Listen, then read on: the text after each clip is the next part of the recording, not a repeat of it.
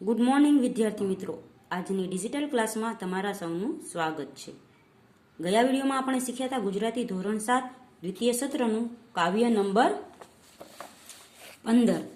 કાવ્યનું નામ હતું ગ્રામ માતા. આપણે કાવ્ય છે તે અડધું જોયું હતું. આ વિડીયોમાં આપણે આ કાવ્ય આખું પૂરું કરીશું. ગયા વિડીયોમાં આપણે જોયું હતું કે એક ઘોડેસવાર છે તે વૃદ્ધા માતા અમને તેના પતિ પાસે આવ્યો હોય છે, જેને તરસ લાગી હોય છે, અને વૃદ્ધા માતા છે તે તેને કહે છે કે પાણી કરતાં હું તમને શેરડીનો રસ પાવ. પછીનો છંદ છે વસંત તિલકા. પ્યાલું ઉપાડી ઊભી શેરડી પાસ માતા, અને જે ગ્લાસ છે તે ઉપાડીને માતા છે તે શેરડી પાસે ઊભી રહે છે. છુરી વતી જરીક કાતળી એક કાપી, અને છરીથી જરાક એક કાતળી કાપે છે. ત્યાં શેર છૂટી રસની ભરી પાત્ર દેવા. કાતળી કાપે છે ત્યાં તે શેર છે તે રસથી ભરેલો જે ગ્લાસ ખાલી હોય છે તેમાં રસ ભરવા માટે તરત નીકળવા માંડે છે. ને કઈ વિચાર કરતો નર તે ગયો પી. જ્યાં કાતળી કાપે છે અને પ્યાલામાં રસ ભરાઈ જાય છે, અને તે રસનો પ્યાલો રાજાને આપે છે. રાજા એટલે જે ઘોડેસવાર છે તેને આપે છે.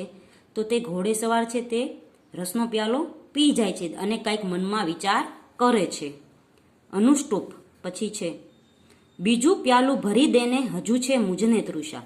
એટલે ઘોડેસવાર વિચાર કરતો કરતો પેલો પ્યાલો પી જાય છે અને પછી કહે છે કે બીજો પ્યાલો તું મને ભરી દે, મારા મનમાં હજી તૃષ્ણા છે. તૃષ્ણા એટલે કે હજી તરસ છે.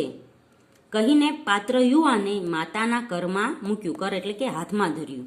તો યુવાને આમ કહીને જે પાત્ર હતું, ગ્લાસ હતો, તે માતાના હાથમાં ધર્યો. પછી છે મંદાક્રાંતા છંદ. કાપી કાપી ફરી ફરી અરે કાતળી શેલડીની, એકે બિંદુ પણ રસ તણું કેમ હાવા પડે ના.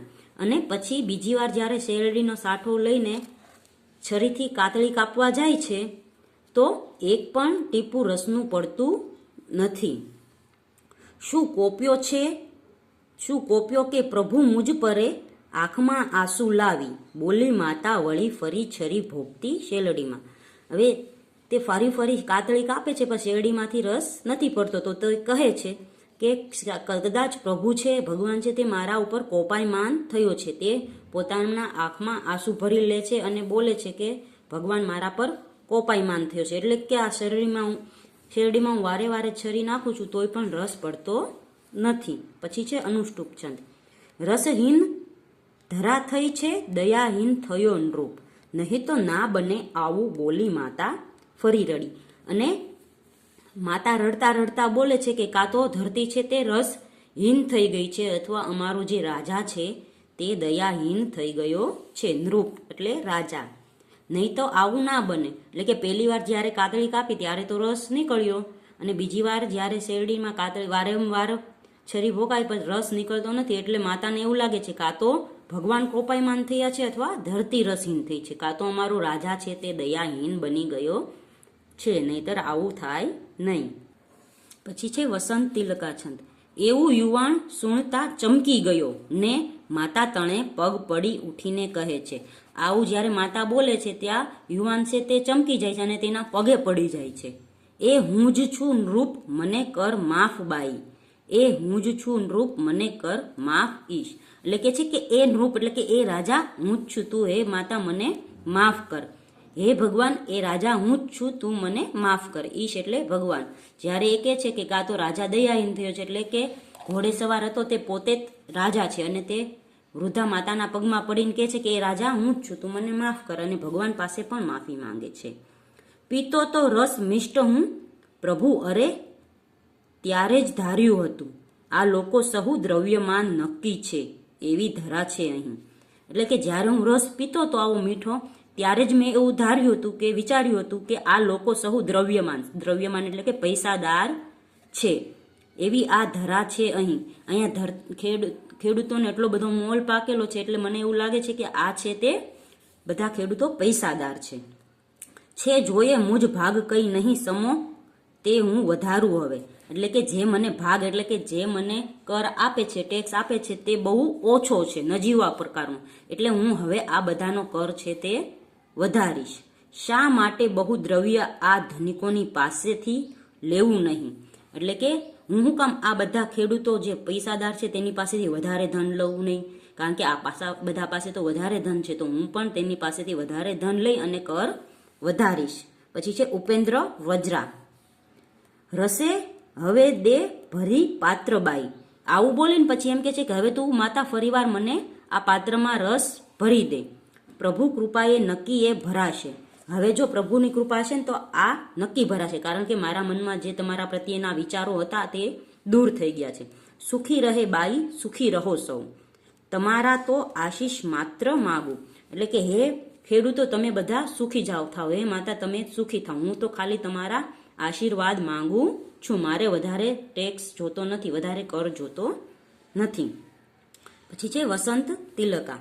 પ્યાલું ઉપાડી ઊભી શેલડી, પાસ માતા છુરીવતી જરી જ કાતળી એક કાપી.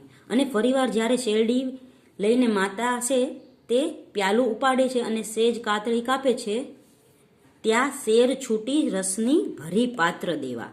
બહોળો વહે રસ, ઓહો છલકાવી પ્યાલું. અને ત્યારે છે તે પ્યાલું છલકાઈ જાય એટલો બધો રસ નીકળે છે. પહેલા જ્યારે શેરડી કાપી તો રસ પ્યાલું ભરાય એટલો નીકળતો. પછી જ્યારે રાજાએ વિચાર્યું કે ભાઈ મારે કર વધારવો છે, ત્યારે રસ જરા પણ શેરડીમાંથી ન નીકળ્યો. અને જ્યારે રાજાએ માતાની અને બધા ખેડૂતોની તથા ભગવાનની માફી માંગી અને કહ્યું કે ભાઈ તું રસનો પ્યાલો હવે ભરી દે, હવે રસ નીકળશે, ત્યારે ગ્રામ માતા છે તે રસનો પ્યાલો ભરવા માટે કાતળી કાપે છે. ત્યારે પ્યાલો પણ ભરાઈ જાય છે અને ઉપરથી છલકવા પણ માંડે છે.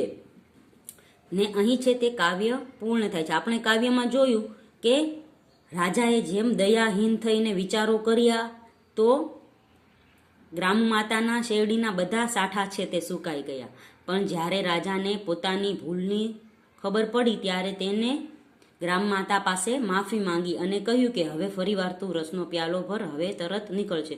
એટલે આ કાવ્ય દ્વારા આપણને એ શીખ મળે છે કે આપણે છે તે કોઈનું વધારાનું, કોઈની મહેનતનું ધન લેવું જોઈએ નહીં. આપણે છે તે આપણી મહેનતનું જ ધન લેવું જોઈએ. બીજા પ્રત્યે ભલે ગમે તેટલા પૈસાદાર હોય, ધનિક હોય, આપણે તેના પ્રત્યે આપણા મનમાં એવા ખરાબ વિચારો રાખવા જોઈએ નહીં. અને આપણે છે હંમેશા મહેનત કરીને જે આપણા પૈસા મળ્યા હોય તે જ લેવા જોઈએ. આપણે પણ બધા પ્રત્યે દયા ભાવના રાખવી જોઈએ, દયાહીનતા રાખવી જોઈએ નહીં. અને માનવતાથી વર્તન કરવું જોઈએ.